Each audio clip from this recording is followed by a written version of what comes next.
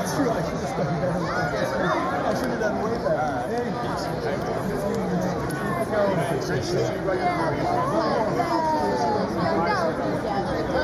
Secretary, can't wait to connect with you. So much fun. Yes.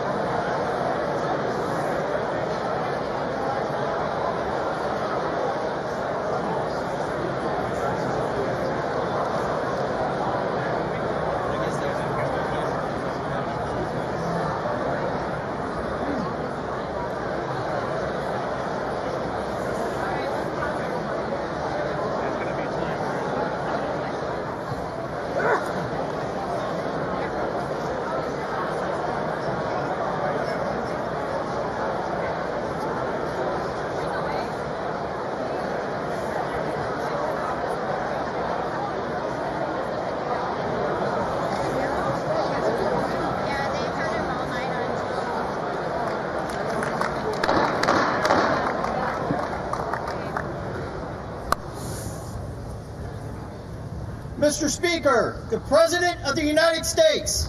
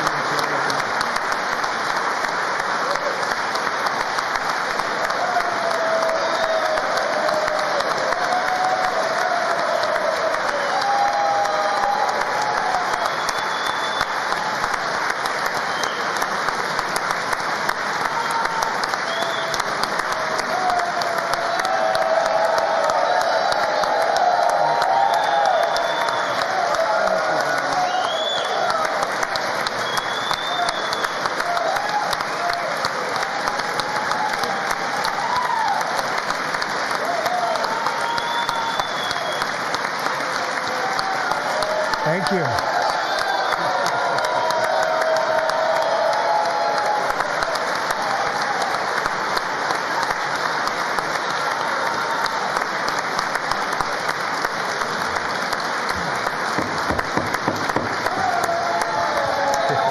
Thank you very much.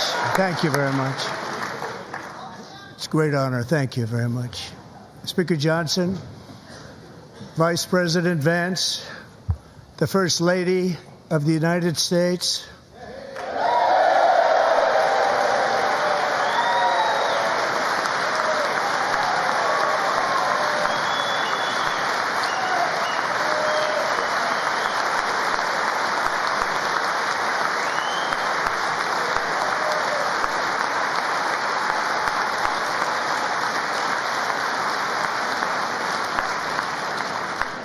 members of the United States Congress, thank you very much. And to my fellow citizens, America is back.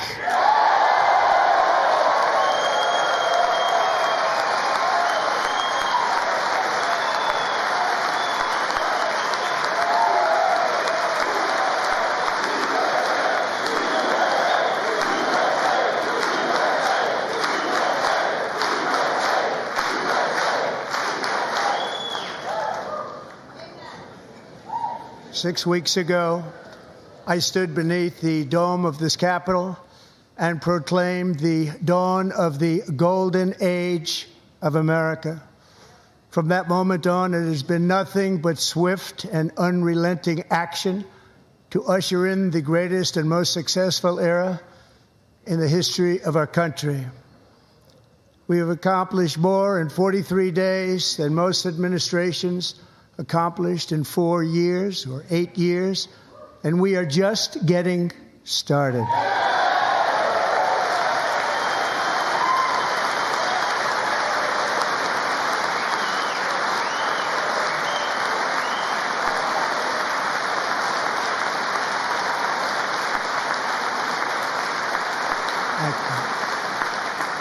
I return to this chamber tonight to report that America's momentum is back, our spirit is back, our pride is back, our confidence is back, and the American dream is surging bigger and better than ever before.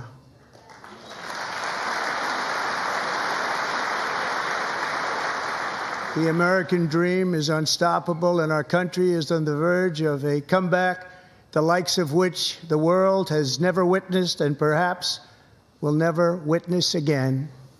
There's never been anything like it. The presidential election of November 5th was a mandate like has not been seen in many decades. We won all 7 swing states, giving us an electoral college victory of 312 votes.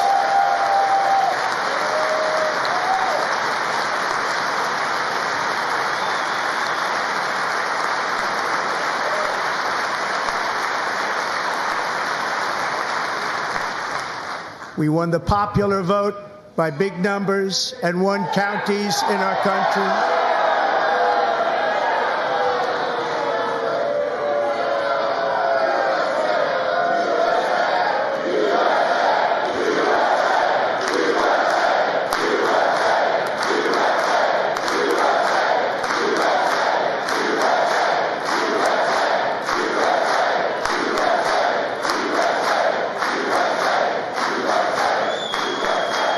And won counties in our country, 2,700 to 525, on a map that reads almost completely red for Republican.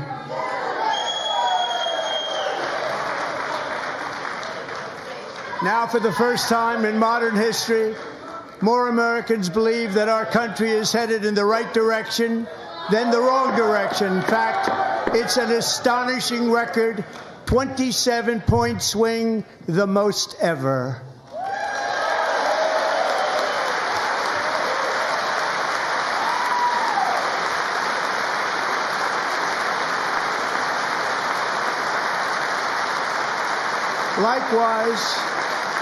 Small business optimism saw its single largest one-month gain ever recorded, a 41-point jump.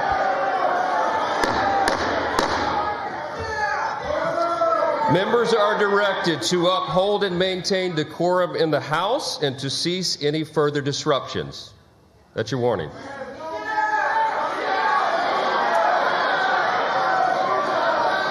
Members are engaging in willful and continuing breach of decorum, and the chair is prepared to direct the Sergeant-at-Arms to restore order to the joint session.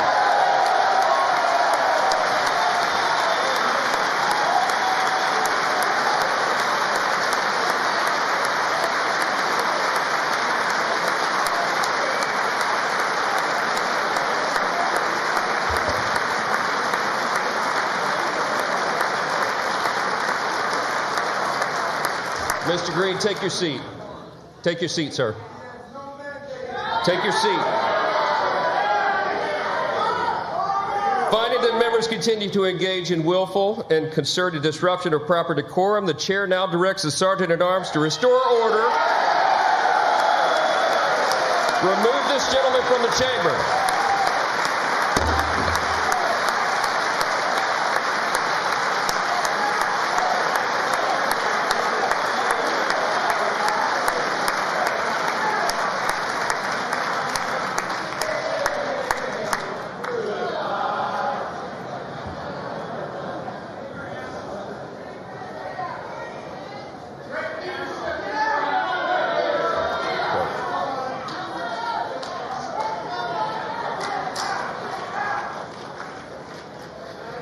Members are directed to uphold and maintain decorum in the House. Mr. President, you continue. Thank you. Over the past 6 weeks, I have signed nearly 100 executive orders and taken more than 400 executive actions, a record to restore common sense, safety, optimism, and wealth all across our wonderful land. The people elected me to do the job, and I'm doing it.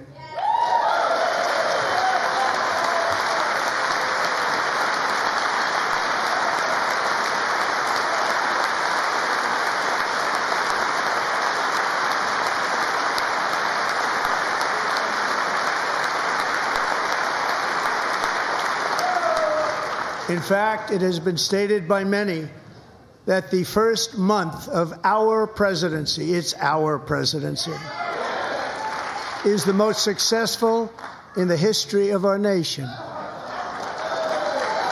By many.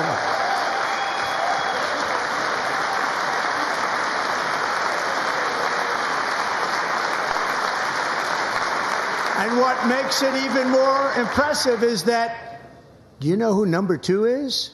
George Washington. How about that? How about it? I don't know about that list, but we'll take it. Within hours of taking the oath of office, I declared a national emergency on our southern border, and I deployed the U.S. military and Border Patrol to repel the invasion of our country. And what a job they've done. As a result, illegal border crossings last month were by far the lowest ever recorded, ever.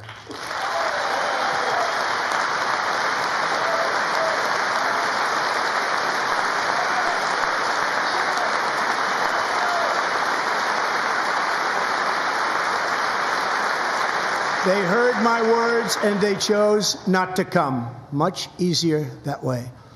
In comparison, under Joe Biden, the worst president in American history, there were hundreds of thousands of illegal crossings a month, and virtually all of them, including murderers, drug dealers, gang members, and people from mental institutions and insane asylums, were released into our country. Who would want to do that? This is my 5th such speech to Congress. And once again, I look at the Democrats in front of me, and I realize there is absolutely nothing I can say to make them happy or to make them stand or smile or applaud. Nothing I can do. I could find a cure to the most devastating disease, a disease that would wipe out entire nations, or announce the answers to the greatest economy in history or the stoppage of crime to the lowest levels ever recorded. And these people sitting right here will not clap, will not stand, and certainly will not cheer for these astronomical achievements. They won't do it, no matter what. Five times I've been up here.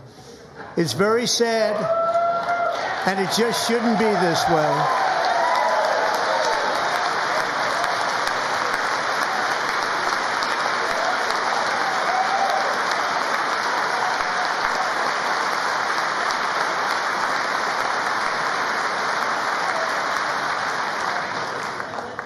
So Democrats sitting before me, for just this one night, why not join us in celebrating so many incredible wins for America?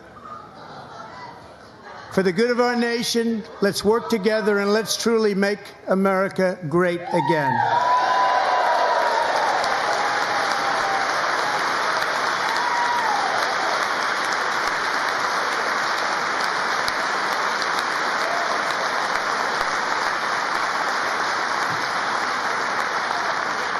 Every day, my administration is fighting to deliver the change America needs to bring a future that America deserves, and we're doing it.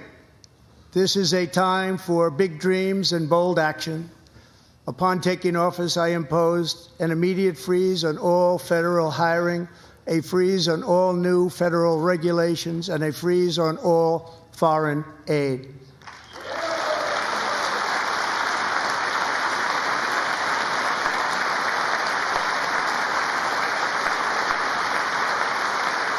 I terminated the ridiculous Green New Scam.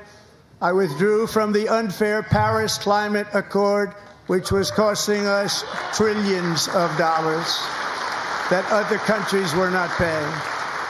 I withdrew from the corrupt World Health Organization.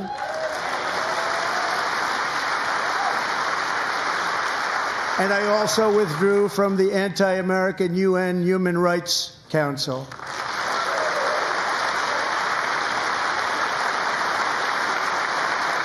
We ended all of Biden's environmental restrictions that were making our country far less safe and totally unaffordable. And importantly, we ended the last administration's insane electric vehicle mandate, saving our auto workers and companies from economic destruction.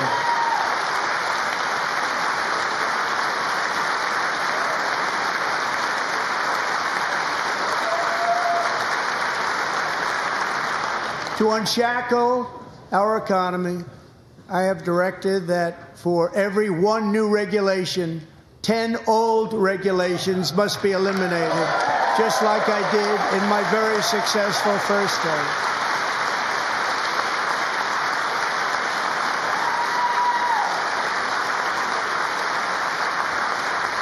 And in that first term, we set records on ending unnecessary rules and regulations like no other president had done before.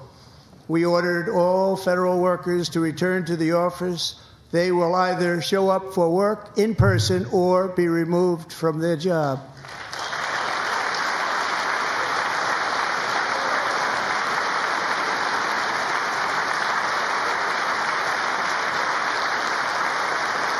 And we have ended weaponized government where, as an example, a sitting president is allowed to viciously prosecute his political opponent, like me. How did that work out? Not too good. Not too good.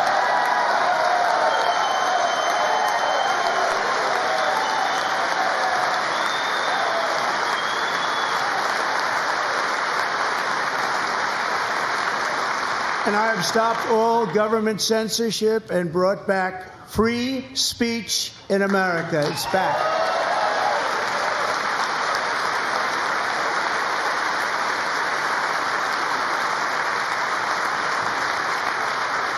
And 2 days ago, I signed an order making English the official language of the United States of America.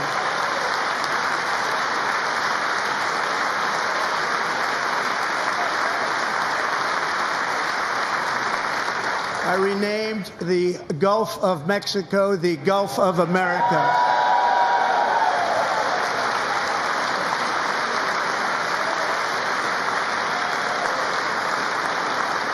And likewise, I renamed, for a great president, William McKinley, Mount McKinley again. Beautiful Alaska. We love Alaska. We've ended the tyranny of so-called diversity, equity, and inclusion policies all across the entire federal government and indeed the private sector and our military. And our country will be woke no longer.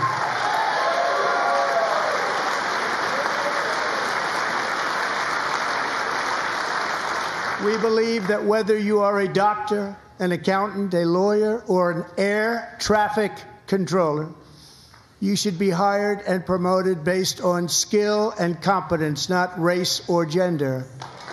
Very important.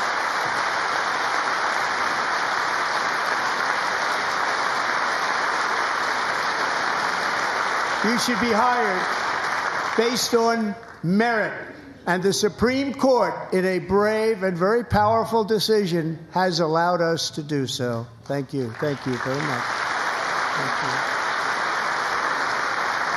you. We have removed the poison of critical race theory from our public schools, and I signed an order making it the official policy of the United States government that there are only two genders, male and female.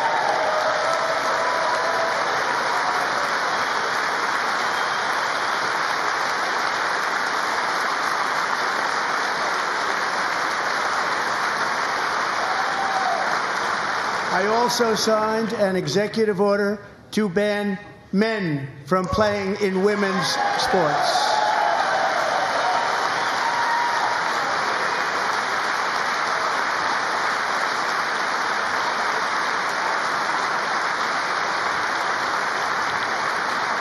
Years ago, Peyton McNabb was an all-star high school athlete, one of the best, preparing for a future in college sports. But when her girls' volleyball match was invaded by a male, he smashed the ball so hard in Peyton's face, causing traumatic brain injury, partially paralyzing her right side and ending her athletic career. It was a shot like she's never seen before. She's never seen anything like it. Peyton is here tonight in the gallery, and Peyton, from now on, schools will kick the men off the girls' team, or they will lose all federal funding.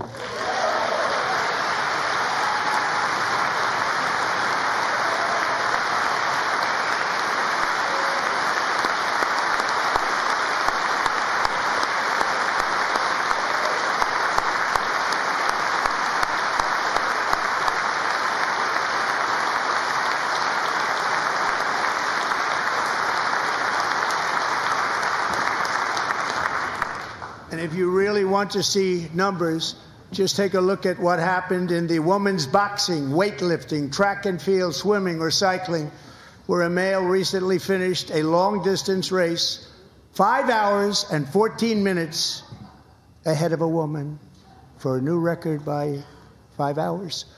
Broke the record by 5 hours. It's demeaning for women, and it's very bad for our country. We're not going to put up with it any longer.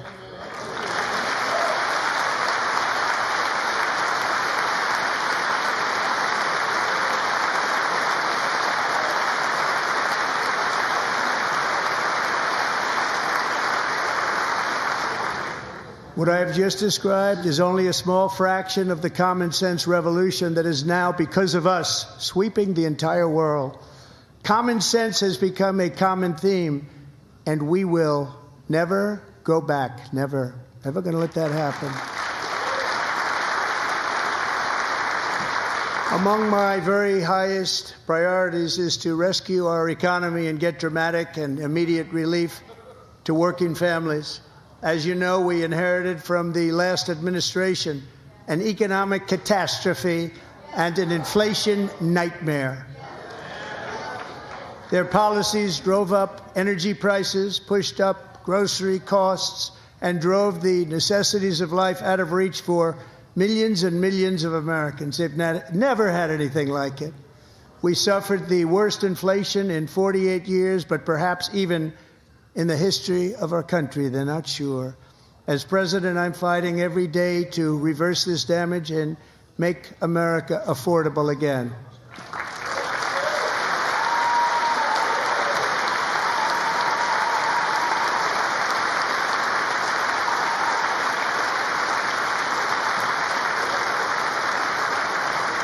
Joe Biden especially let the price of eggs get out of control. The egg price is out of control, and we're working hard to get it back down. Secretary, do a good job on that. You inherited a total mess from the previous administration. Do a good job.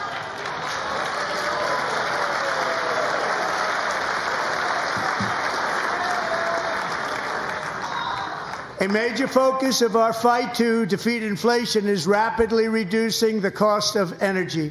The previous administration cut the number of new oil and gas leases by 95%, slowed pipeline construction to a halt, and closed more than 100 power plants. We are opening up many of those power plants right now.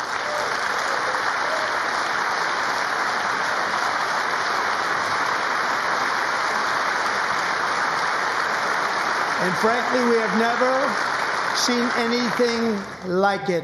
That's why on my first day in office, I declared a national energy emergency.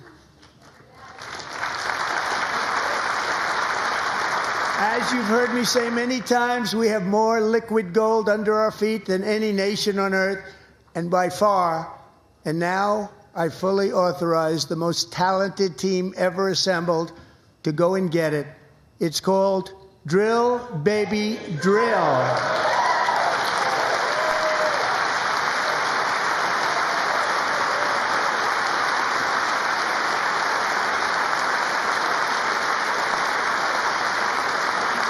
My administration is also working on a gigantic natural gas pipeline in Alaska, among the largest in the world, where Japan, South Korea, and other nations want to be our partner with investments of trillions of dollars each. There's never been anything like that one.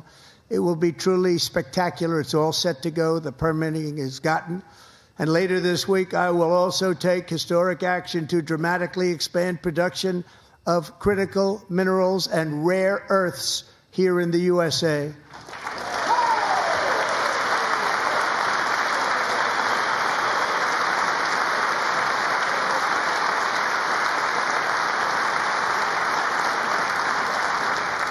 To further combat inflation, we will not only be reducing the cost of energy, but will be ending the flagrant waste of taxpayer dollars.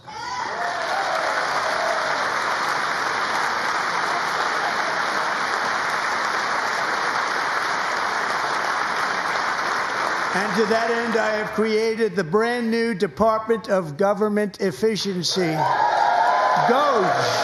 Perhaps you've heard of it. Perhaps.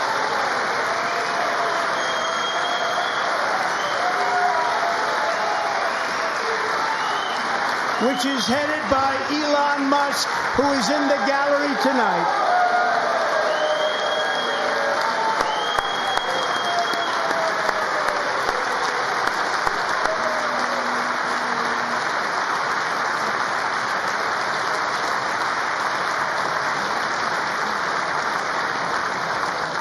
Thank you, Elon. He's working very hard. He didn't need this. He didn't need this.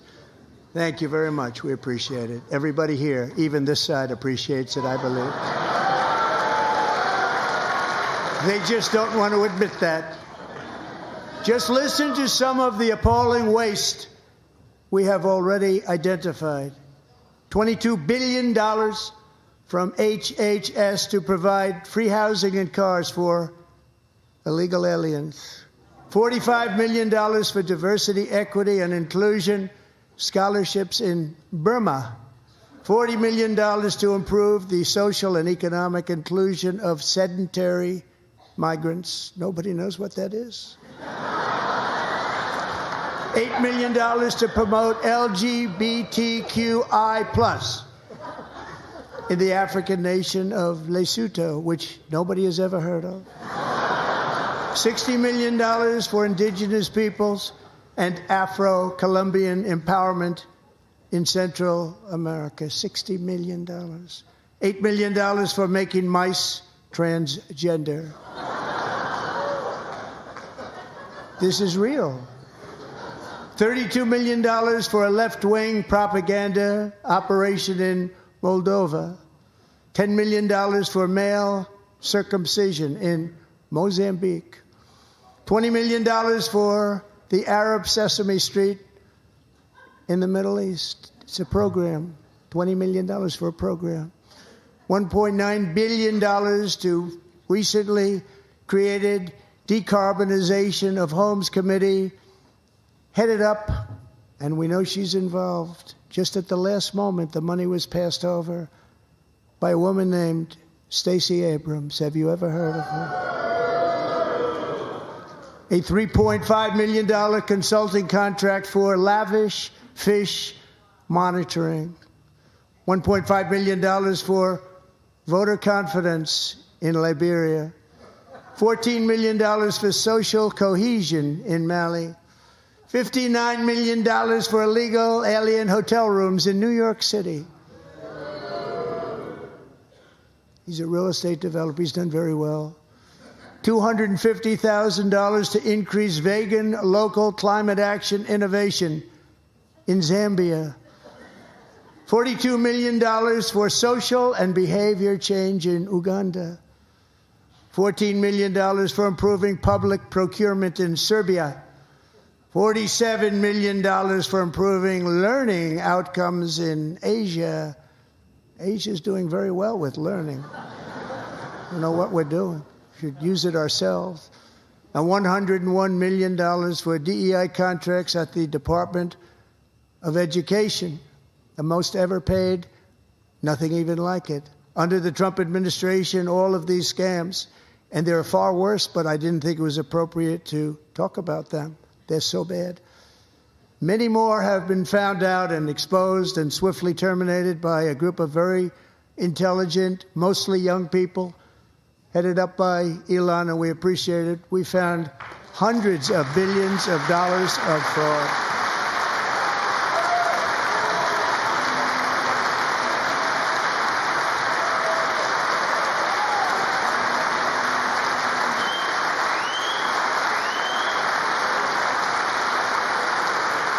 And we've taken back the money and reduced our debt to fight inflation and other things. Taken back a lot of that money. We got it just in time. This is just the beginning.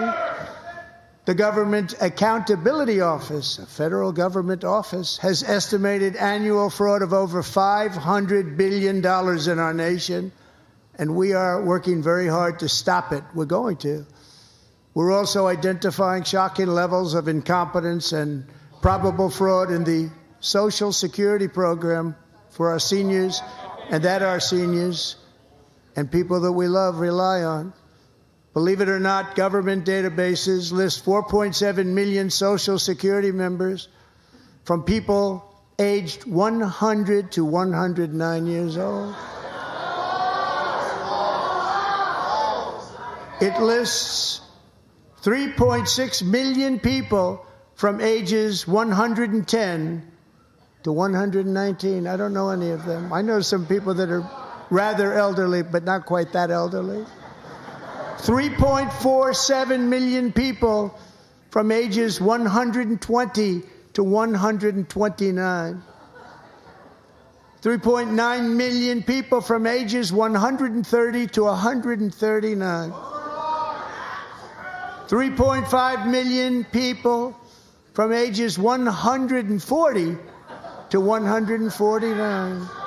And money is being paid to many of them, and we're searching right now. In fact, Pam, good luck. Good luck. You're going to find it. But a lot of money is paid out to people because it just keeps getting paid, and nobody does, and it really hurts Social Security and hurts our country. 1.3 million people from ages 150 to 159, and over 130,000 people, according to the Social Security databases, are age over 160 years old. We have a healthier country than I thought, Bobby.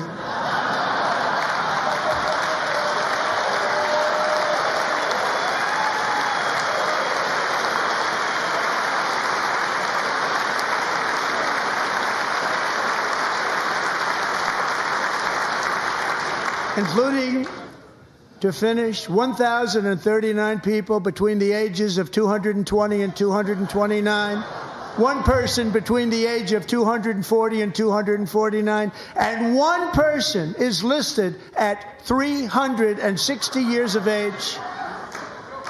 More than 100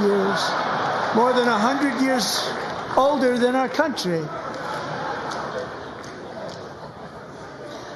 But we're going to find out where that money's going, and it's not going to be pretty. By slashing all of the fraud, waste, and theft we can find, we will defeat inflation, bring down mortgage rates, lower car payments and grocery prices, protect our seniors, and put more money in the pockets of American families.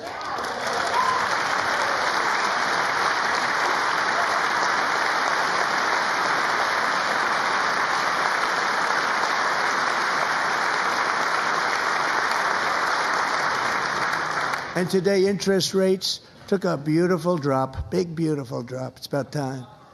And in the near future, I want to do what has not been done in 24 years, balance the federal budget. We're going to balance it.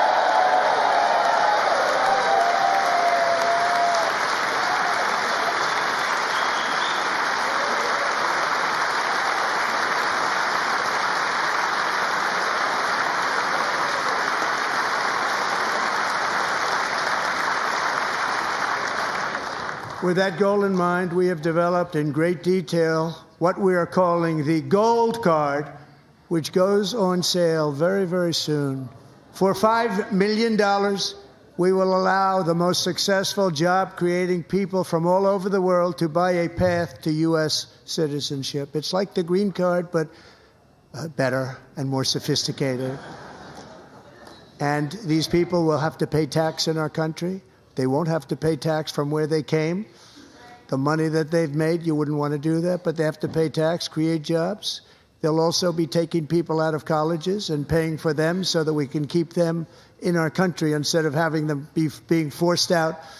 Number one, at the top school, as an example, being forced out and not being allowed to stay and create tremendous numbers of jobs and great success for a company out there. So while we take out the criminals, killers, traffickers, and child predators who are allowed to enter our country under the open border policy of these people, the Democrats, the Biden administration, the open border insane policies that you've allowed to destroy our country, we will now bring in brilliant, hardworking, job-creating people. They're going to pay a lot of money, and we're going to reduce our debt with that money.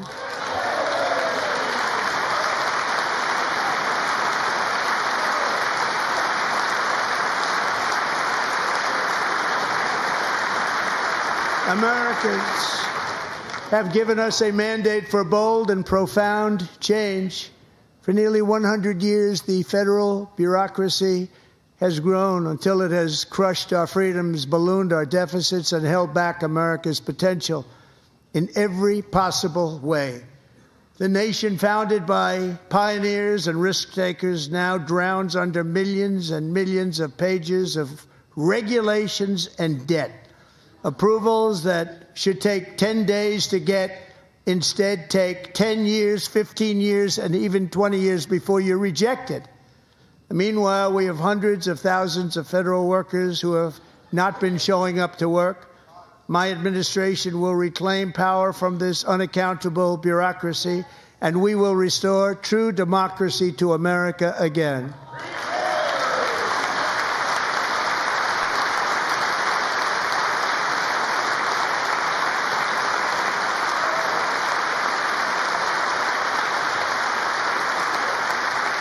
federal bureaucrat who resists this change will be removed from office immediately.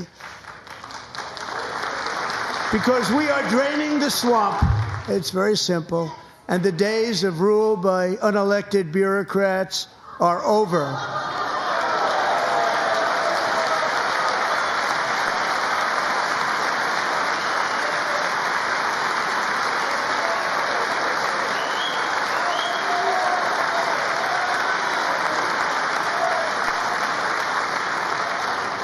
And the next phase of our plan to deliver the greatest economy in history is for this Congress to pass tax cuts for everybody. They're in there. They're waiting for you to vote.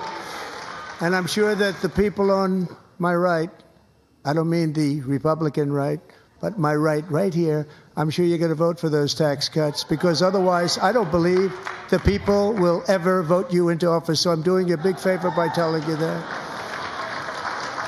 But I know this group is going to be voting for the tax.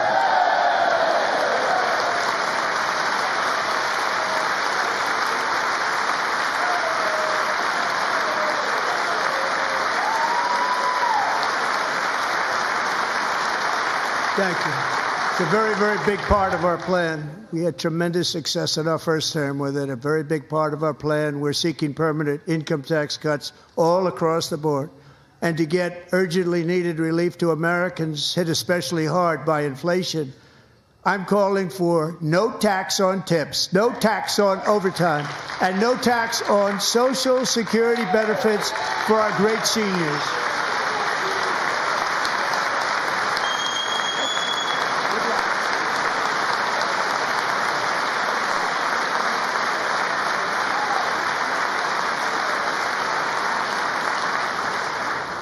And I also want to make interest payments on car loans tax deductible, but only if the car is made in America.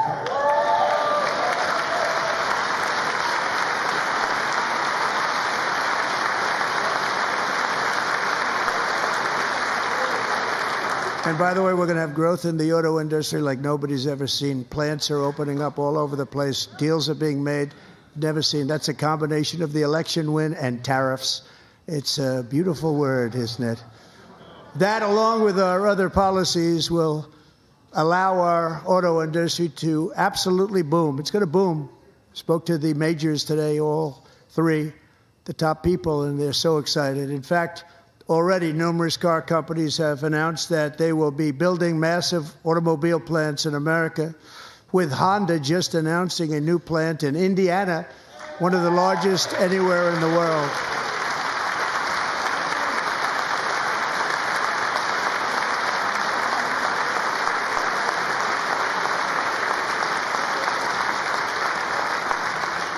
And this has taken place since our great victory on November 5th, a date which will hopefully go down as one of the most important in the history of our country.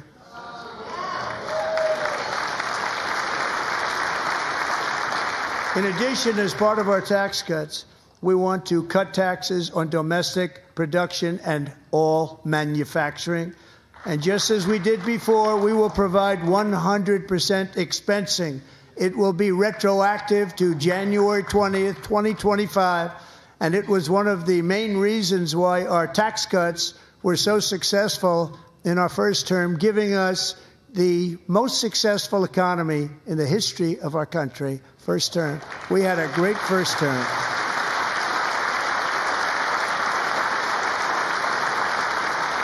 If you don't make your product in America, however, under the Trump administration, you will pay a tariff, and in some cases, a rather large one. Other countries have used tariffs against us for decades, and now it's our turn to start using them against those other countries. On average, the European Union, China, Brazil, India, Mexico, and Canada, have you heard of them? And countless other nations charge us tremendously higher tariffs than we charge them. It's very unfair. India charges us auto tariffs higher than 100%. China's average tariff on our products is twice what we charge them.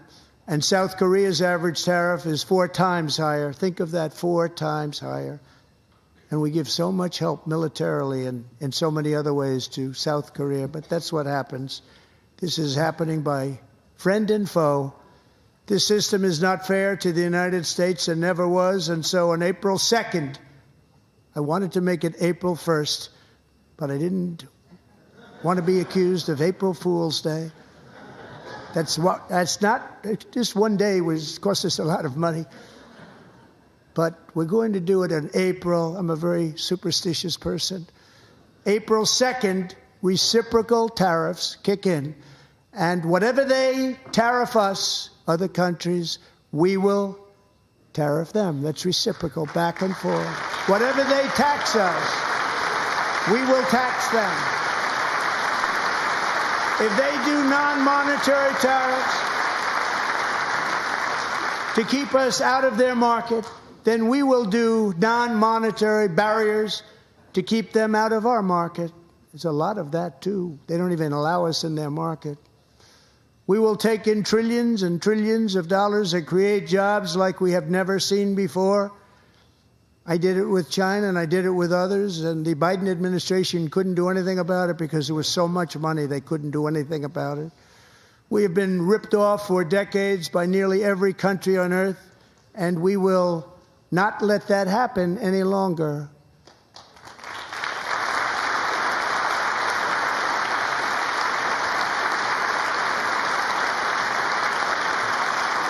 Much has been said over the last 3 months about Mexico and Canada, but we have very large deficits with both of them. But even more importantly, they've allowed fentanyl to come into our country at levels never seen before, killing hundreds of thousands of our citizens and many very young, beautiful people, destroying families.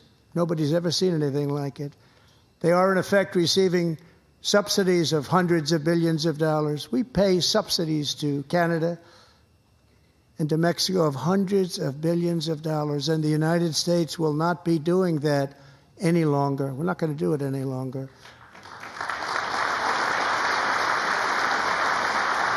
Thanks to our America First policies we're putting into place, we have had $1.7 trillion of new investment in America in just the past few weeks.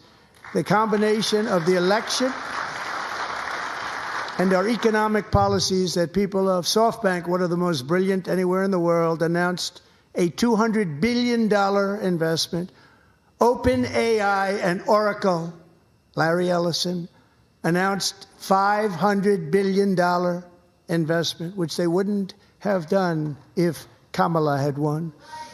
Apple announced $500 billion investment.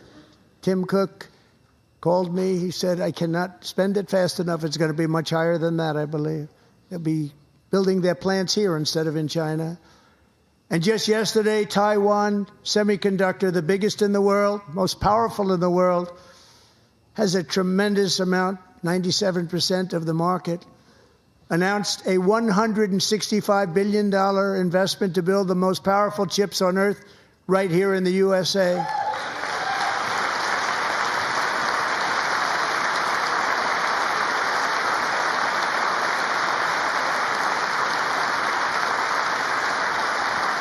And we're not giving them any money. Your CHIPS Act is a horrible, horrible thing. We give hundreds of billions of dollars, and it doesn't mean a thing. They take our money and they don't spend it.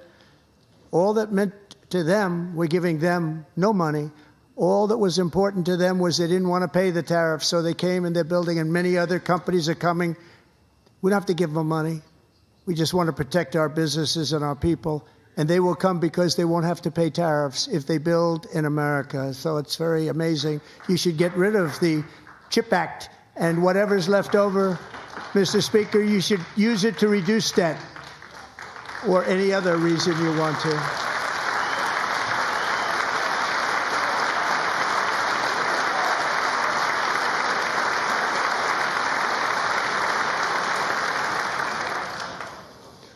Our new trade policy will also be great for the American farmer. I love the farmer. Who will now be selling into our home market, the USA, because nobody is going to be able to compete with you because there's goods that come in from other countries and companies. They're really in a bad position in so many different ways. They're uninspected. They may be very dirty and disgusting, and they come in and they pour in, and they hurt our American farmers. The tariffs will go on agricultural product coming into America, and our farmers, starting on April 2nd, it may be a little bit of an adjustment period. We had that before when I made the deal with China, $50 billion of purchases, and I said, just bear with me, and they did. They did. Probably have to bear with me again, and this will be even better. That was great. The problem with it was that Biden didn't enforce it. He didn't enforce it. $50 billion of purchases, and we were doing great, but Biden did not enforce it, and it hurt our farmers. But our farmers are going to have a field day right now. So to our farmers, have a lot of fun. I love you too. I love you too. It's all going to happen.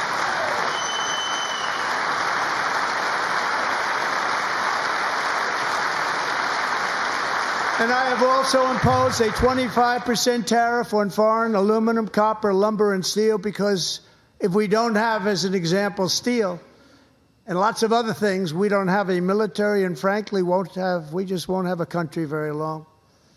Here today is a proud American steelworker, fantastic person from Decatur, Alabama, Jeff Denard. Has been working at the same steel plant for 27 years in a job that has allowed him to serve as the captain of his local volunteer fire department, raise 7 children with his beautiful wife, Nicole, and over the years provide a loving home for more than 40 foster children. So great, Jeff.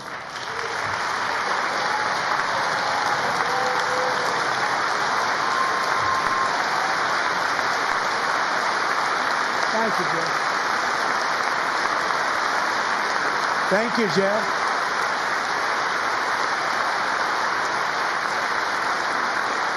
Stories like Jeff's remind us that tariffs are not just about protecting American jobs.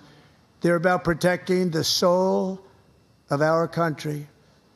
Tariffs are about making America rich again and making America great again, and it's happening, and it will happen rather quickly. There'll be a little disturbance, but we're okay with that.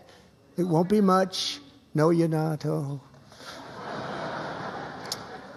And look where Biden took us. Very low, the lowest we've ever been. Jeff, I want to thank you very much. And I also want to recognize another person who has devoted herself to foster care community. She works so hard on it. A very loving person, our magnificent First Lady of the United States.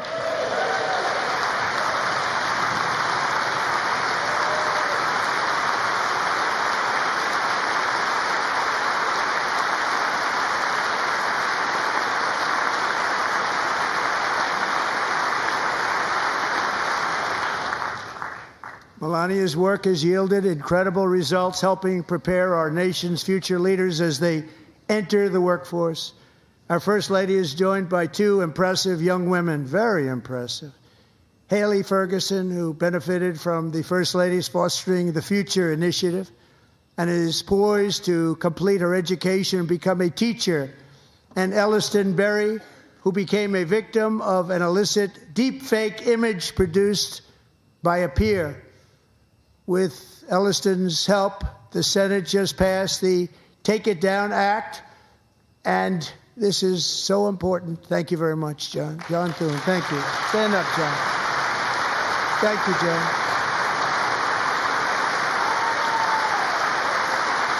Thank you all very much.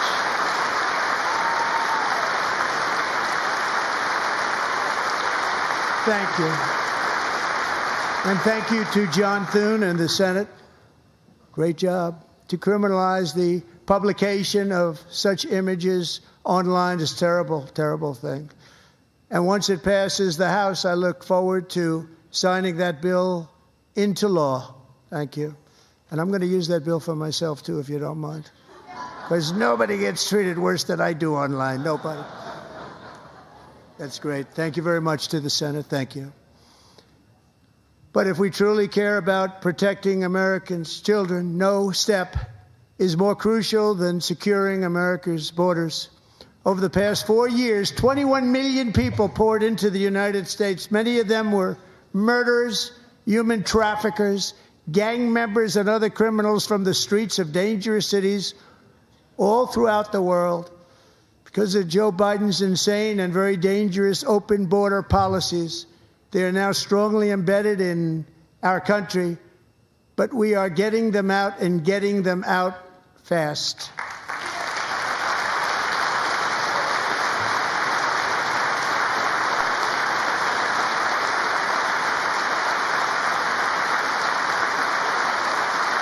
And I want to thank Tom Homan and Christy. I want to thank you and Paul of Border Patrol. I want to thank you. What a job they've all done. Everybody, Border Patrol, ICE, law enforcement in general is incredible. We have to take care of our law enforcement. Have to.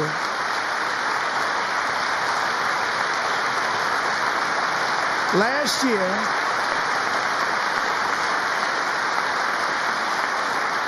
a brilliant 22-year-old nursing student named Laken Riley, the best in her class, admired by everybody, went out for a jog on the campus of the University of Georgia. That morning, Laken was viciously attacked, assaulted, beaten, brutalized, and horrifically murdered. Laken was stolen from us by a savage illegal alien gang member who was arrested while trespassing across Biden's open southern border and then set loose into the United States under the heartless policies of that failed administration. It was indeed a failed administration. He had then been arrested and released in a Democrat-run sanctuary city, a disaster, before ending the life of this beautiful young angel. With us this evening are Laken's beloved mother, Allison, and her sister, Lauren.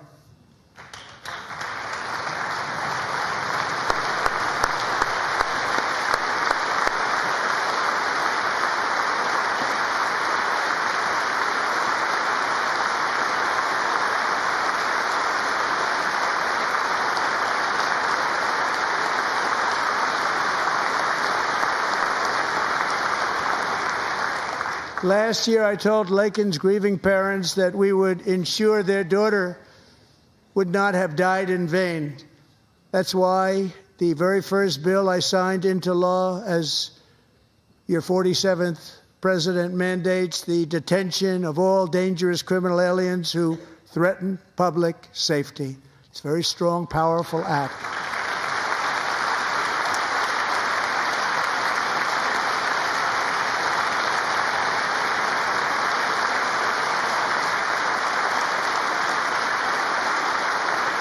It's called the Laken-Riley Act. So Allison and Lauren, America will never, ever forget our beautiful Laken Hope Riley.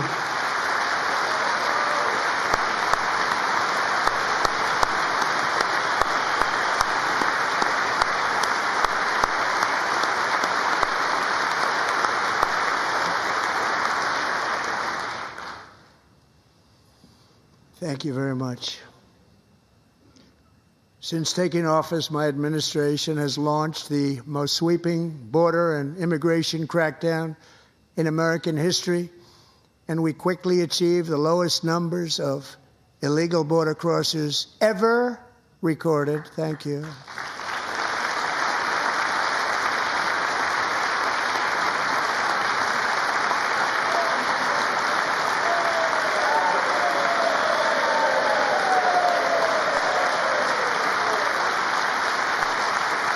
The media and our friends in the Democrat Party kept saying we needed new legislation. We must have legislation to secure the border. But it turned out that all we really needed was a new president.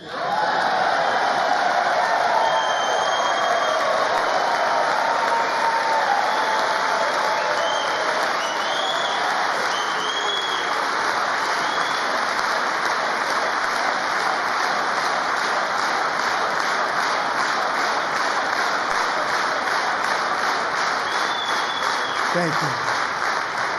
Joe Biden didn't just open our borders, he flew illegal aliens over them to overwhelm our schools, hospitals, and communities throughout the country. Entire towns like Aurora, Colorado, and Springfield, Ohio, buckled under the weight of the migrant occupation and corruption like nobody's ever seen before. Beautiful towns destroyed. Now, just as I promised in my inaugural address, we are achieving the great liberation of America.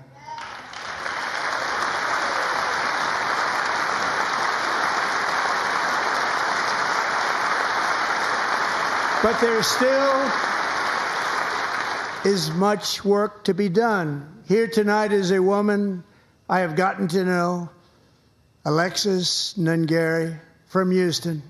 Wonderful woman. Last June, Alexis's 12-year-old daughter, her precious Jocelyn, walked to a nearby convenience store.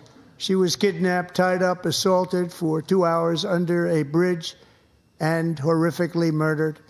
Arrested and charged with this heinous crime are 2 illegal alien monsters from Venezuela, released into America by the last administration through their ridiculous open border. The death of this beautiful 12-year-old girl and the agony of her mother and family touched our entire nation greatly. Alexis, I promised that we would always remember your daughter, your magnificent daughter, and earlier tonight, I signed an order keeping my word to you. One thing I have learned about Jocelyn is that she loved animals so much. She loved nature. Across Galveston Bay, from where Jocelyn lived in Houston, you will find a magnificent national wildlife refuge, a pristine, peaceful, 34,000-acre sanctuary for all of God's creatures on the edge of the Gulf of America. Alexis, moments ago, I formally renamed that refuge in loving memory of your beautiful daughter, Jocelyn. So, Mr. Vice President, if you would, may I have the order?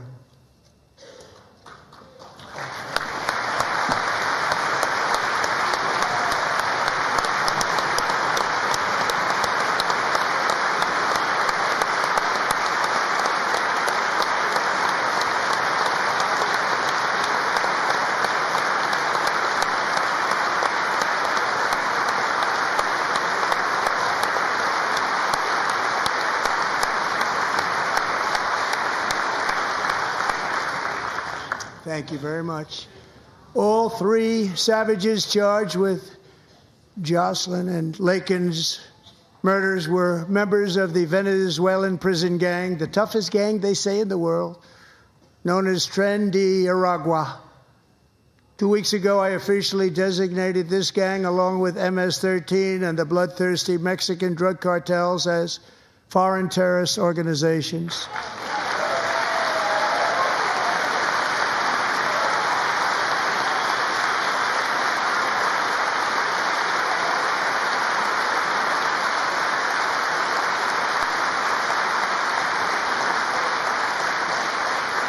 They are now officially in the same category as ISIS, and that's not good for them.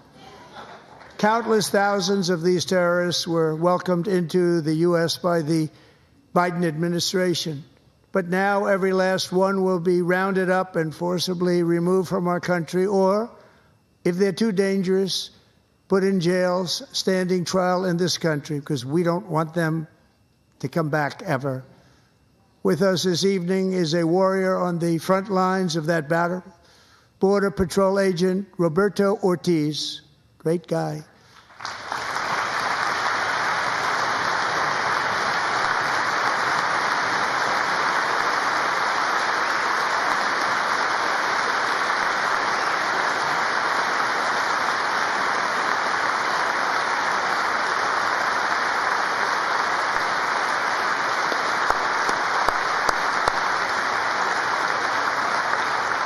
In January, Roberto and another agent were patrolling by the Rio Grande near an area known as Cartel Island. Doesn't sound too nice to me. When heavily armed gunmen started shooting at them. Roberto saw that his partner was totally exposed, at great danger, and he leapt into action, returning fire and providing crucial seconds for his fellow agent to seek safety, just barely. I have some of the prints of that event, and it was not good. Agent Ortiz, we salute you for your great courage and for your line of fire that you took and for the bravery that you showed. We honor you, and we will always honor you. Thank you, Roberto, very much.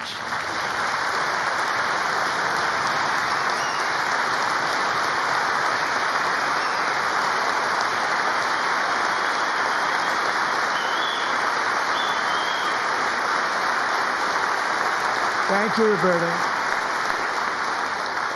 And I actually got to know him on my many calls to the border. He's a great gentleman.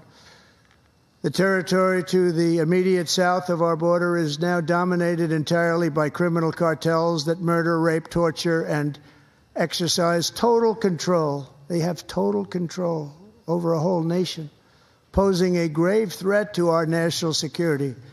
The cartels are waging war on America, and it's time for America to wage war on the cartels, which we are doing.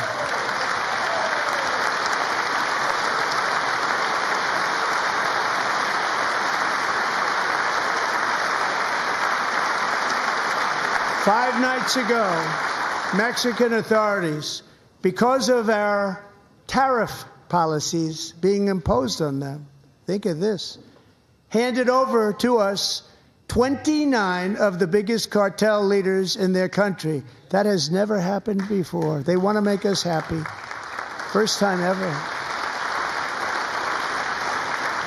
But we need Mexico and Canada to do much more than they've done, and they have to stop the fentanyl and drugs pouring into the USA. They're going to stop it.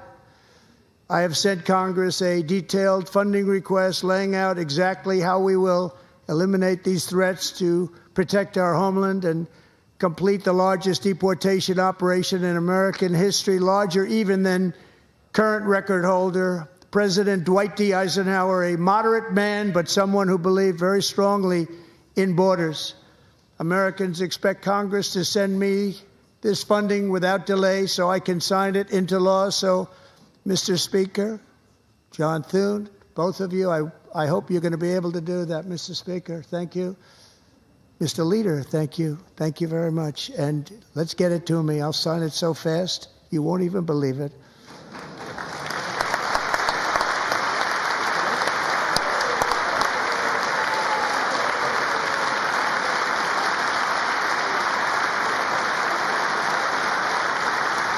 And as we reclaim our sovereignty, we must also bring back law and order to our cities and towns.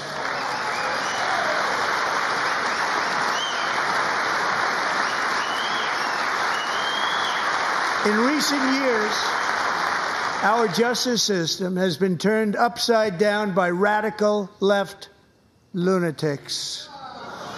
Many jurisdictions virtually ceased enforcing the law against dangerous repeat offenders while weaponizing law enforcement against political opponents like me. My administration has acted swiftly and decisively to restore fair, equal, and impartial justice under the constitutional rule of law, starting at the FBI and the DOJ. Pam, good luck. Cash, wherever you may be, good luck. Good luck. Pam Bondi. Good luck. So important. Going to do a great job. Cash, thank you. Thank you, Cash.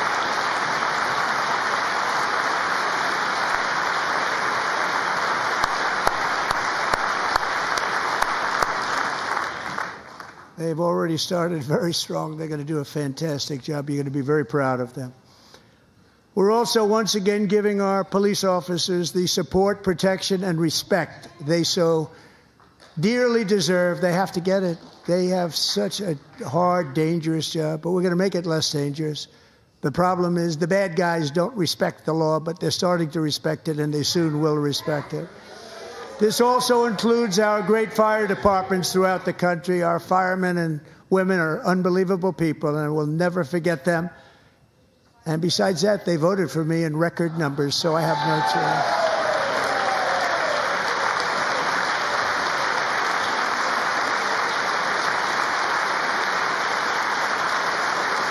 1 year ago this month, 31-year-old New York police officer Jonathan Diller, unbelievably wonderful person and a great officer, was gunned down at a traffic stop on Long Island. I went to his funeral. The vicious criminal charged with his murder had 21 prior arrests, and they were rough arrests, too. He was a real bad one. The thug in the seat next to him had 14 prior arrests and went by the name of Killer. He was Killer. He killed other people, they say, a lot of them. I attended Officer Diller's service, and when I met his wife and one-year-old son, Ryan, it was very inspirational, actually. His widow's name is Stephanie, and she is here tonight. Stephanie, thank you very much, Stephanie. Thank you very much.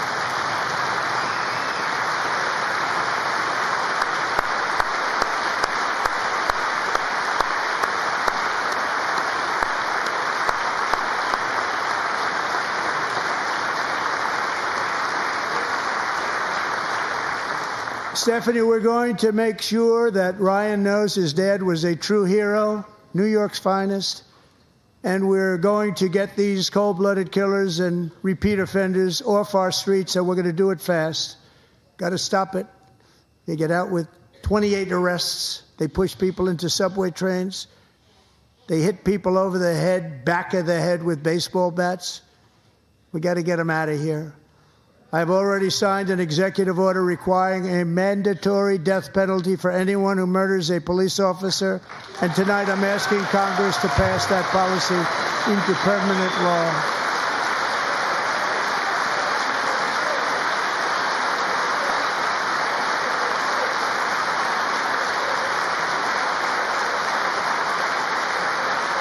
I'm also asking for a new crime bill getting tough on repeat offenders while enhancing protections for America's police officers so they can do their jobs without fear of their lives being totally destroyed. They don't want to be killed. We're not going to let them be killed. Joining us in the gallery tonight is a young man who truly loves our police. His name is DJ Daniel. He is 13 years old, and he has always dreamed of becoming a police officer.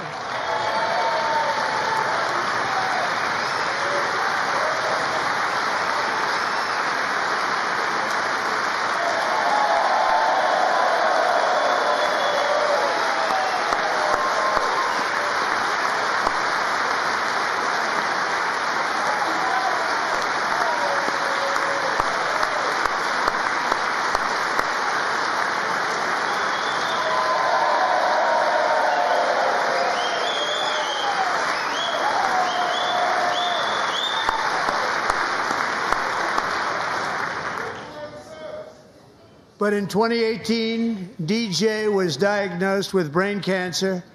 The doctors gave him 5 months at most to live. That was more than 6 years ago.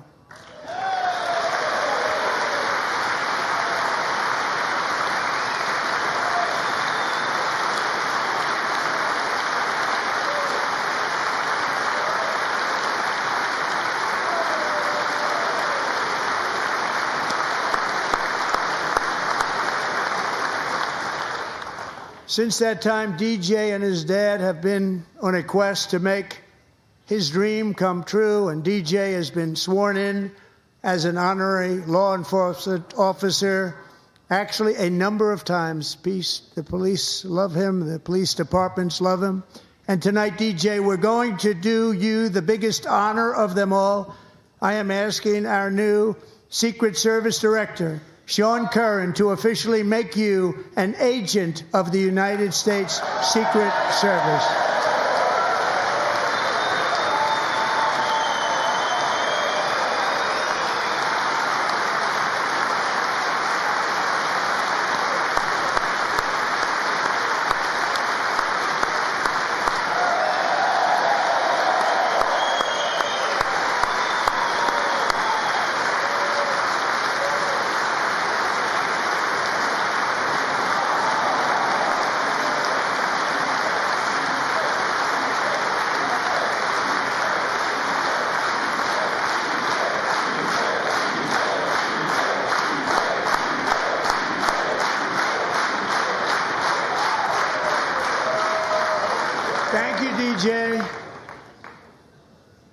DJ's doctors believe his cancer likely came from a chemical he was exposed to when he was younger.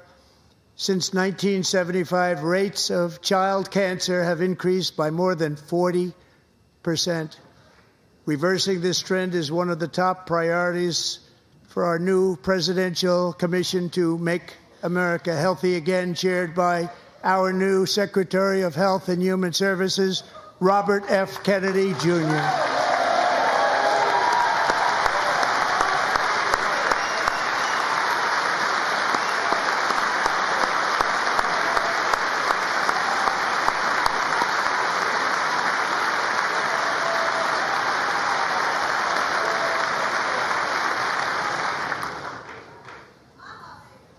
With the name Kennedy, you would have thought everybody over here would have been cheering. How quickly they forget. Our goal is to get toxins out of our environment, poisons out of our food supply, and keep our children healthy and strong. As an example, not long ago, and you can't even believe these numbers, 1 in 10,000 children had autism, 1 in 10,000. And now it's 1 in 36. There's something wrong. 1 in 36. Think of that. So we're going to find out what it is, and there's nobody better than Bobby and all of the people that are working with you. You have the best to figure out what is going on. Okay, Bobby? Good luck. It's a very important job. Thank you.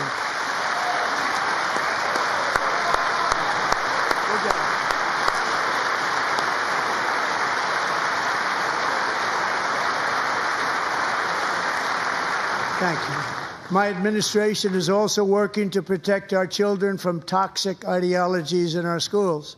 A few years ago, January Littlejohn and her husband discovered that their daughter's school had secretly socially transitioned their 13-year-old little girl.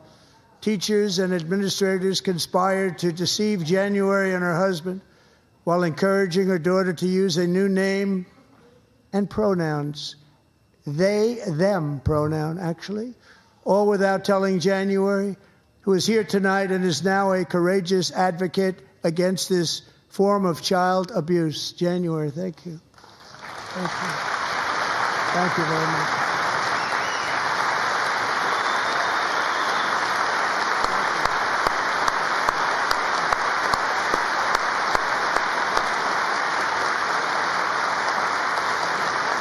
Thank you. Stories like this are why, shortly after taking office, I signed an executive order banning public schools from indoctrinating our children with transgender ideology.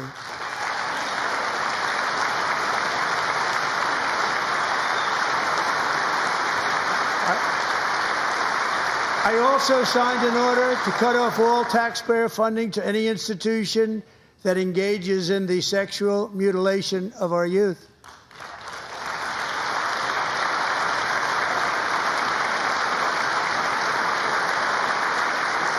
And now I want Congress to pass a bill permanently banning and criminalizing sex changes on children and forever ending the lie that any child is trapped in the wrong body.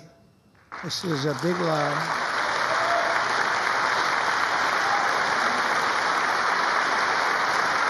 And our message to every child in America is that you are perfect exactly the way God made you.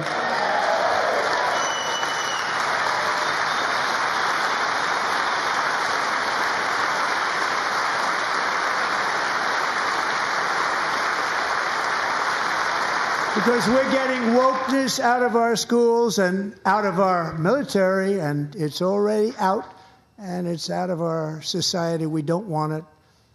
Wokeness is trouble. Wokeness is bad. It's gone. It's gone. And we feel so much better for it, don't we? Don't we feel better? Our service members won't be activists and ideologues. They will be fighters and warriors. They will fight for our country. And Pete, congratulations. Secretary of Defense, congratulations.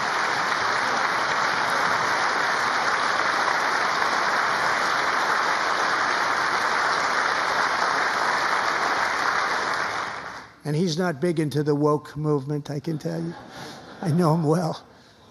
I am pleased to report that in January, the U.S. Army had its single best recruiting month in 15 years, and that all armed services are having among the best recruiting results ever in the history of our services. What a difference.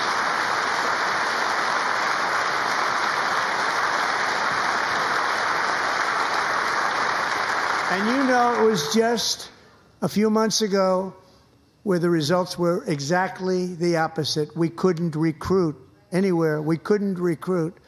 Now we're having the best results just about that we've ever had. What a tremendous turnaround. It's really a beautiful thing to see. People love our country again. It's very simple. They love our country, and they love being in our military again. So it's a great thing, and thank you very much. Great job. Thank you.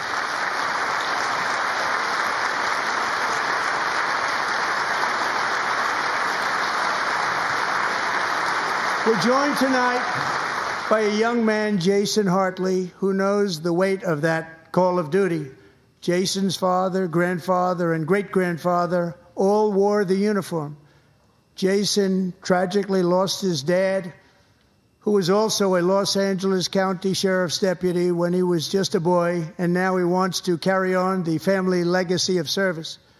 Jason is a senior in high school, a 6-letter varsity athlete, a really good athlete, they say, a brilliant student with a 4.46, that's good, GPA. And his greatest dream is to attend the U.S.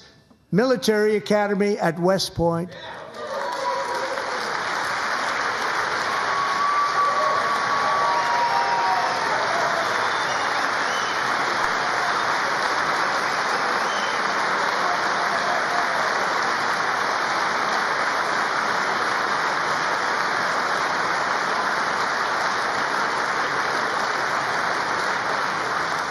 And Jason, that's a very big deal getting in. That's a hard one to get into. But I'm pleased to inform you that your application has been accepted. You will soon be joining the Corps of Cadets.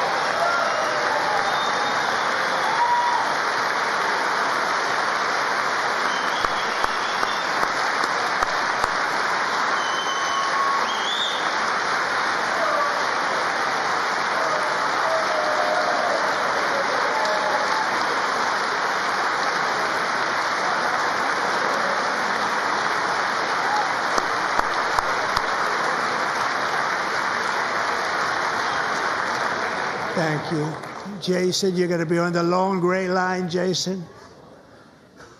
As Commander-in-Chief, my focus is on building the most powerful military of the future. As a first step, I'm asking Congress to fund a state-of-the-art Golden Dome missile defense shield to protect our homeland, all made in the USA.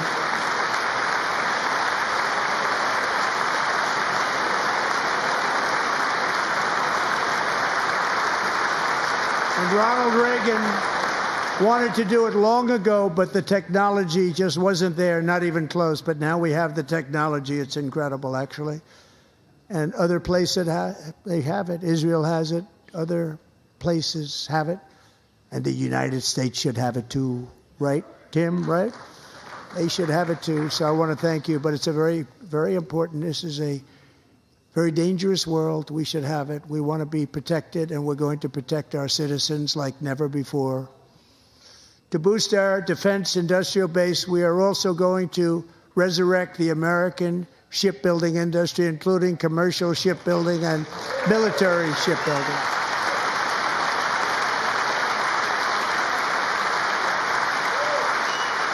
And for that purpose, I am announcing tonight that we will create a new Office of Shipbuilding in the White House and offer special tax incentives to bring this industry home to America where it belongs. We used to make so many ships. We don't make them anymore very much, but we're going to make them very fast, very soon. It will have a huge impact. To further enhance our national security, my administration will be reclaiming the Panama Canal, and we've already started doing it.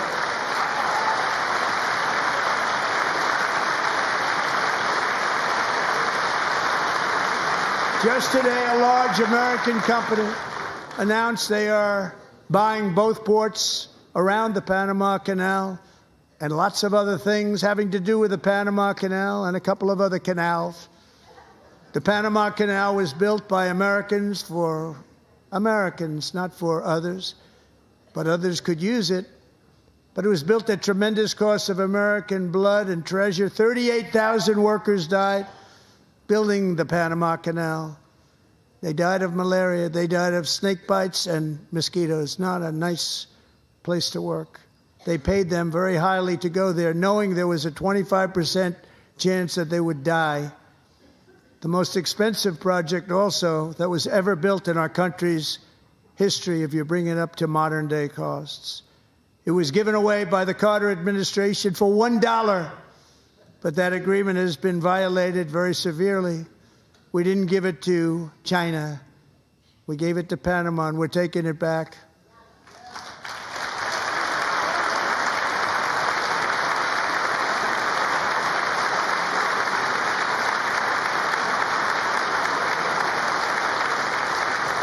And we have Marco Rubio in charge. Good luck, Marco. Now, we know who to blame if anything goes wrong. Marco's been amazing, and he's going to do a great job. Think of it. He got 100 votes. You know, he was approved with actually 99, but the 100th was this gentleman, and I feel very certain. So let's assume he got 100 votes. And I'm either very, very happy about that or I'm very concerned about it. But he's already proven. I mean, he's a great gentleman. He's respected by everybody, and we appreciate you voting for Marco. He's going to do a fantastic job. Thank you. Thank you. He's doing a great job. Great job. And I also have a message tonight for the incredible people of Greenland. We strongly support your right to determine your own future. And if you choose, we welcome you into the United States of America. We need Greenland for national security and even international security, and we're working with everybody involved to try and get it. But we need it really for international world security, and I think we're going to get it. One way or the other, we're going to get it. We will keep you safe. We will make you rich, and together we will take Greenland to heights like you have never thought possible before. It's a very small population, but very, very large piece of land and very, very important for military security. America is once again standing strong against the forces of radical Islamic terrorism. 3.5 years ago, ISIS terrorists killed 13 American service members and countless others in the Abbey Gate bombing during the disastrous and incompetent withdrawal from Afghanistan. Not that they were withdrawing, it was the way they withdrew. Perhaps the most embarrassing moment in the history of our country. Tonight, I am pleased to announce that we have just apprehended the top terrorist responsible for that atrocity, and he is right now on his way here to face the swift sword of American justice.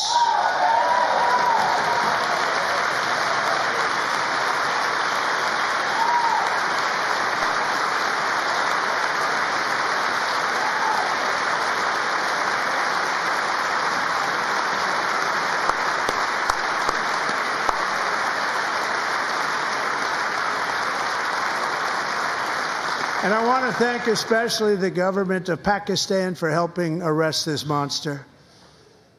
This was a very momentous day for those 13 families who I actually got to know very well, most of them, whose children were murdered, and the many people that were so badly, over 42 people, so badly injured on that fateful day in Afghanistan. What a horrible day. Such incompetence was shown. That when Putin saw what happened, I guess he said, wow, maybe this is my chance. That's how bad it was. Should have never happened. Grossly incompetent people. I spoke to many of the parents and loved ones, and they're all in our hearts tonight. Just spoke to them on the phone. We had a big call. every one of them called, and everybody was on the line, and they did nothing but cry with happiness. They were very happy, as happy as you can be under those circumstances. Their child, brother, sister, son, daughter was killed for no reason whatsoever. In the Middle East, we're bringing back our hostages from Gaza. In my first term, we achieved one of the most groundbreaking peace agreements in generations, the Abraham Accords.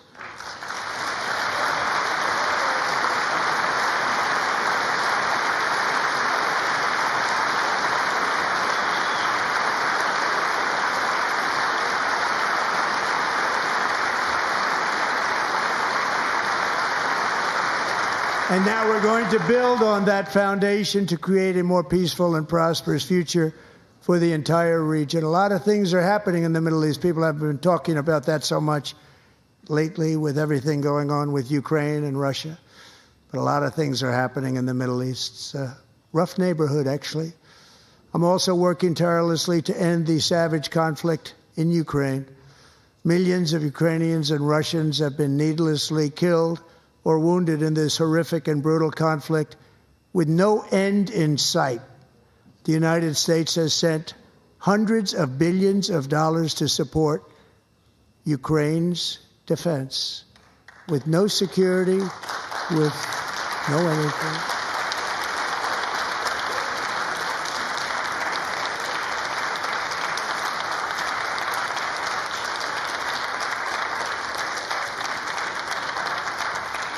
Do you want to keep it going for another 5 years?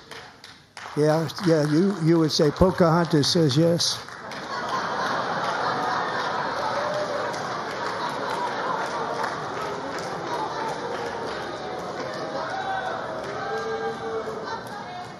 $2,000 people are being killed every single week. More than that. They're Russian young people. They're Ukrainian young people. They're not Americans. But I want it to stop. Meanwhile, Europe has sadly spent more money buying Russian oil and gas than they have spent on defending Ukraine, by far. Think of that. They've spent more buying Russian oil and gas than they have defending. And we've spent perhaps $350 billion, like taking candy from a baby. That's what happened. And they've spent $100 billion. What a difference that is. And we have an ocean separating us, and they don't. But we're getting along very well with them, and lots of good things are happening. Biden has authorized more money in this fight than Europe has spent, by billions and billions of dollars. It's hard to believe that they wouldn't have stopped it and said, at some point, come on, let's equalize. You got to be equal to us. But that didn't happen. Earlier today, I received an important letter from President Zelensky of Ukraine. The letter reads, Ukraine is ready to come to the negotiating table as soon as possible to bring lasting peace closer. Nobody wants peace more than the Ukrainians, he said. My team and I stand ready to work under President Trump's strong leadership to get a peace that lasts. We do really value how much America has done to help Ukraine maintain its sovereignty and independence. Regarding the agreement on minerals and security, Ukraine is ready to sign it at any time that is convenient for you. I appreciate that he sent this letter, just got it a little while ago. Simultaneously, we've had serious discussions with Russia and have received strong signals that they are ready for peace. Wouldn't that be beautiful?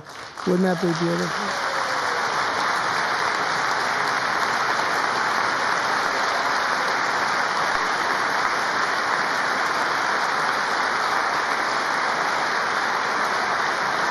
Wouldn't that be beautiful?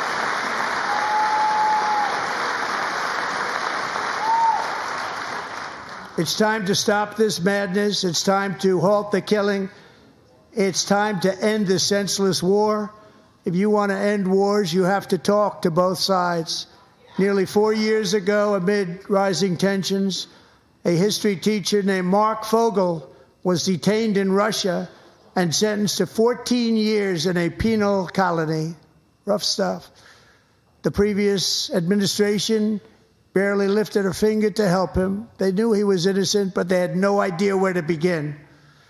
But last summer, I promised his 95-year-old mother, Malphine, that we would bring her boy safely back home.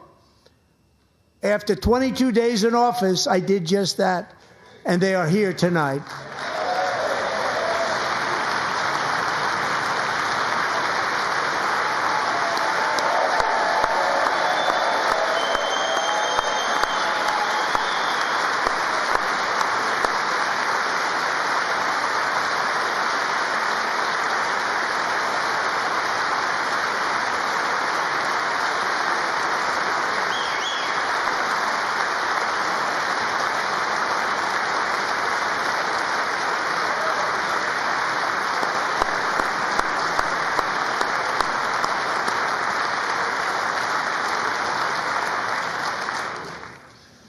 To Mark and his great mom, we are delighted to have you safe and sound and with us.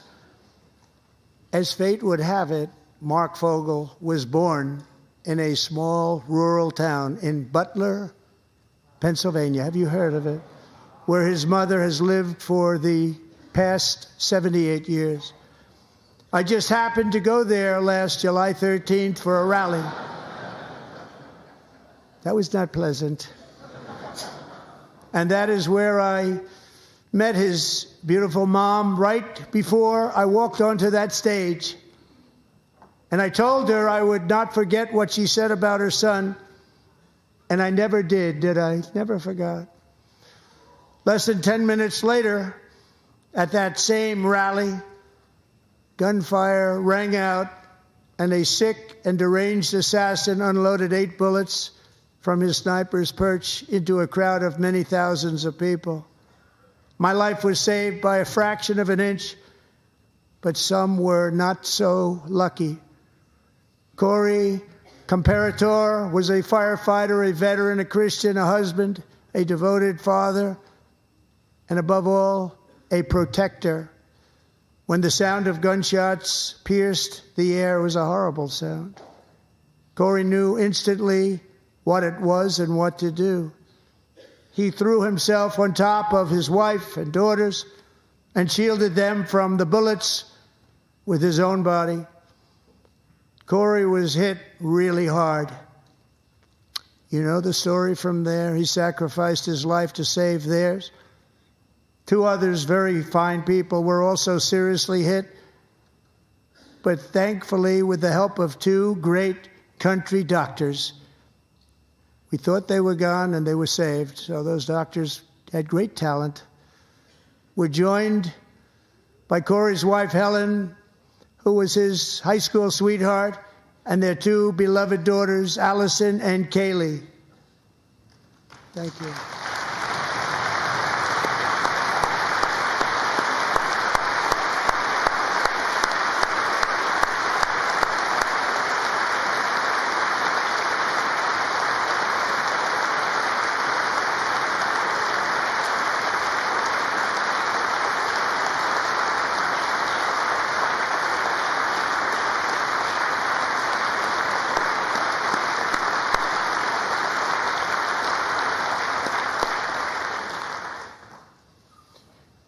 To Helen, Allison, and Kaylee, Corey is looking down on his 3 beautiful ladies right now, and he is cheering you on. He loves you.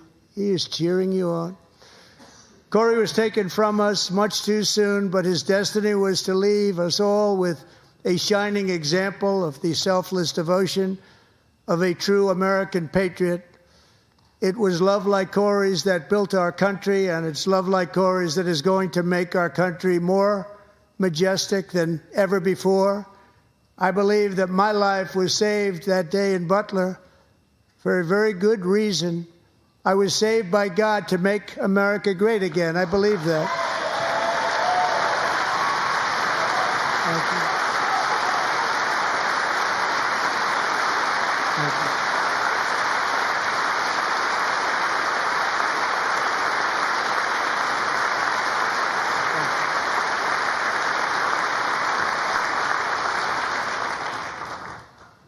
Thank you very much. From the patriots of Lexington and Concord to the heroes of Gettysburg and Normandy, from the warriors who crossed the Delaware to the trailblazers who climbed the Rockies, and from the legends who soared at Kitty Hawk to the astronauts who touched the moon, Americans have always been the people who defied all odds, transcended all dangers, made the most extraordinary sacrifices, and did whatever it took to defend our children, our country, and our freedom.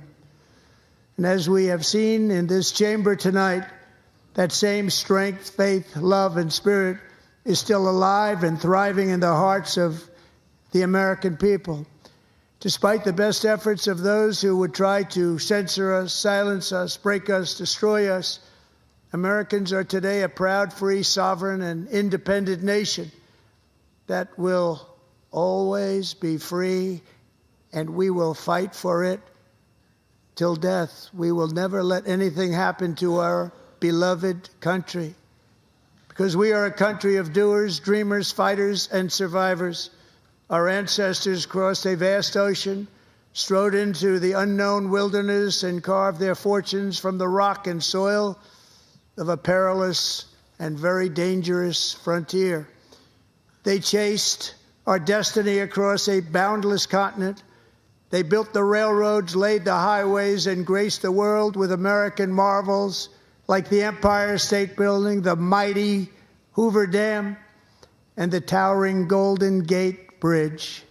They lit the world with electricity, broke free of the force of gravity, fired up the engines of American industry, vanquished the communists, fascists, and Marxists all over the world, and gave us countless modern wonders sculptured out of iron, glass, and steel. We stand on the shoulders of these pioneers who won and built the modern age, these workers who poured their sweat into the skylines of our cities, these warriors who shed their blood on fields of battle and gave everything they had for our rights and for our freedom. Now it is our time to take up the righteous cause of American liberty. And it is our turn to take America's destiny into our own hands and begin the most thrilling days in the history of our country. This will be our greatest era.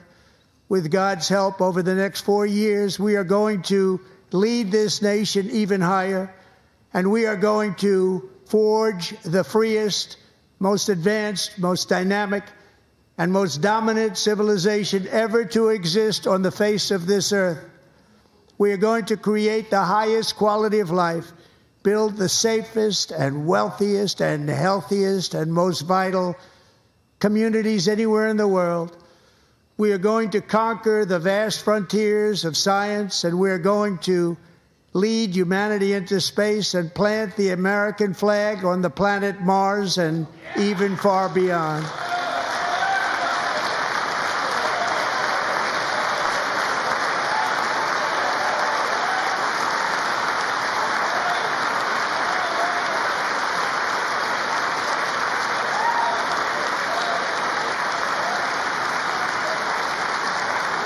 And through it all, we are going to rediscover the unstoppable power of the American spirit.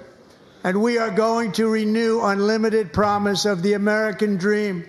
Every single day, we will stand up and we will fight, fight, fight for the country our citizens believe in and for the country our people deserve.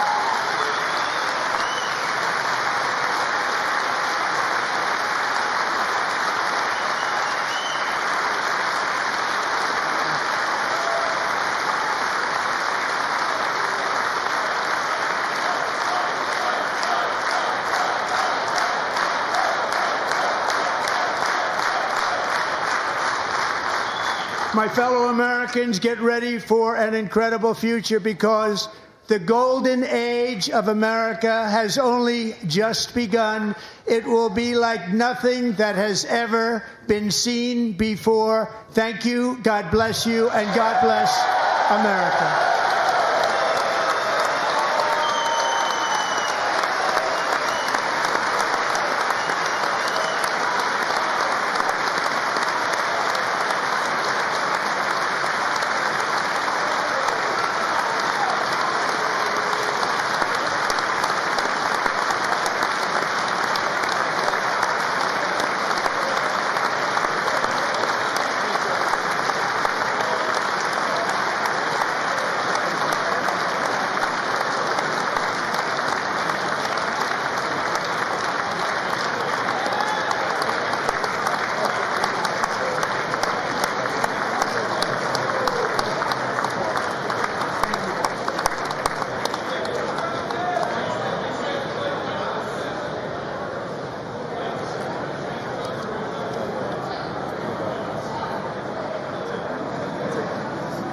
Thank you very much. Great job. Thank you. Great honor.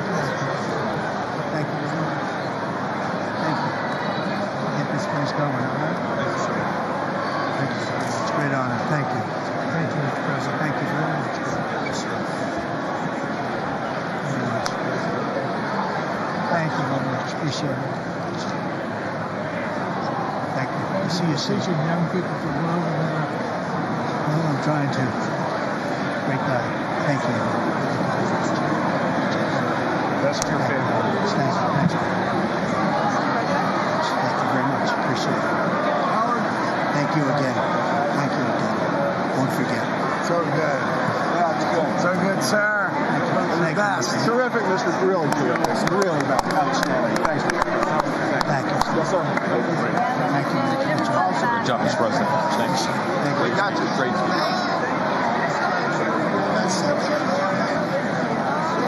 One of your best speeches. Thanks again, Mr. President. Thank you, Mr. President. Thanks for the phone call last night, too. Absolutely. You know that. Thank you very much. I'll do it. Just give me the information. I'm not going to give it to you. Sorry. Thank you, everybody. Great speech. Great speech. Best speech ever. Yes. Good.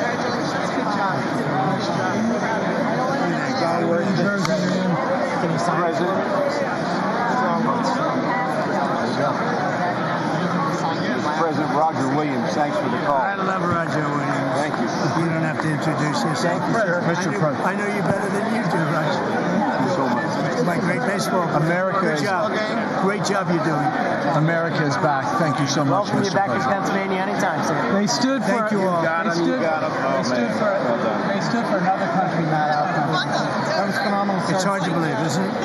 That was fantastic. Thank you. That was Thank you very much. Thank you. Quick selfie. Mr. President. Good job, Mr. President. Great job. Thank you so much. Great speech, sir. Great speech. Yes, sir. President back in Pennsylvania. Oh, they're just careful. I was standing on. Absolutely. Good job, Mr. West Virginia. Oh, good. How you doing? All right? Did you get a chance to shake his hand earlier? Do you want me to get a picture and shaking his hand or anything? You're good. Thank you very much.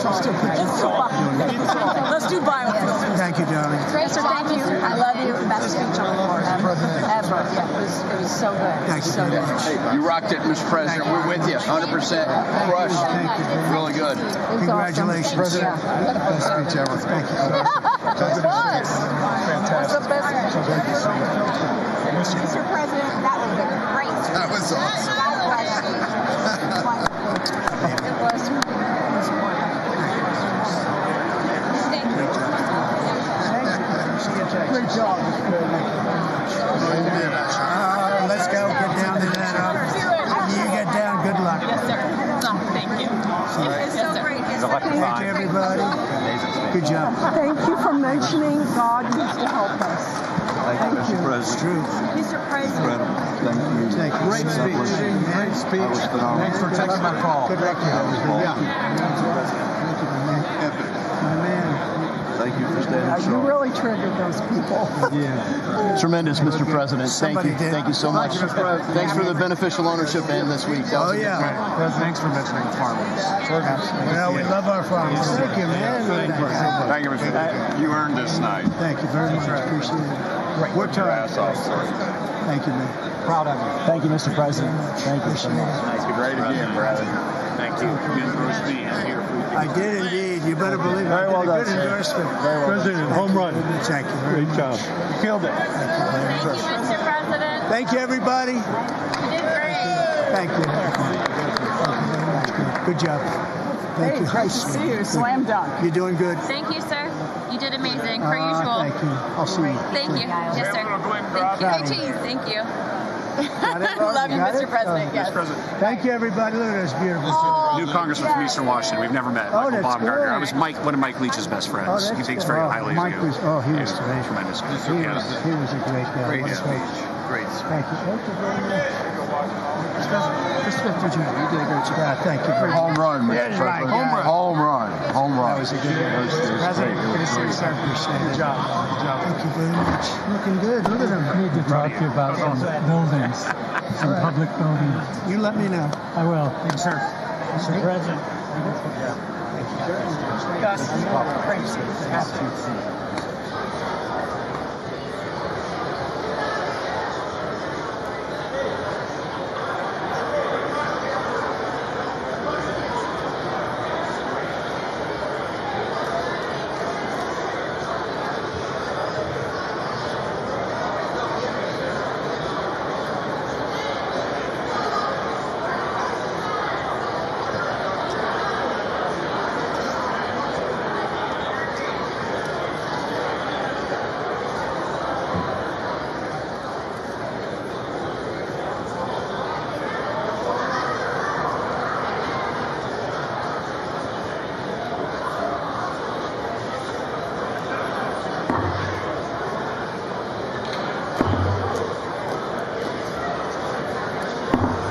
The House will be in order.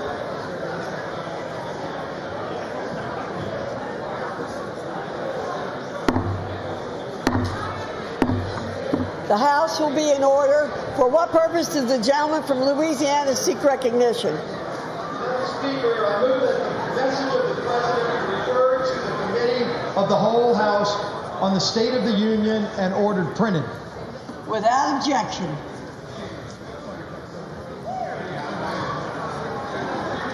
Does it?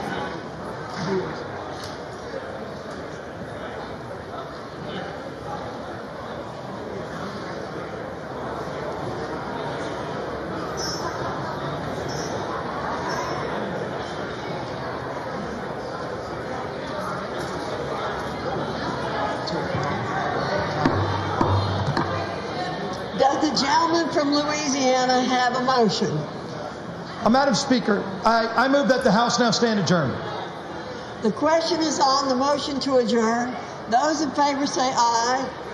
Those opposed, no. The ayes have it. The motion is agreed to. Accordingly, the House stands adjourned until 10 a.m. tomorrow for morning hour debate.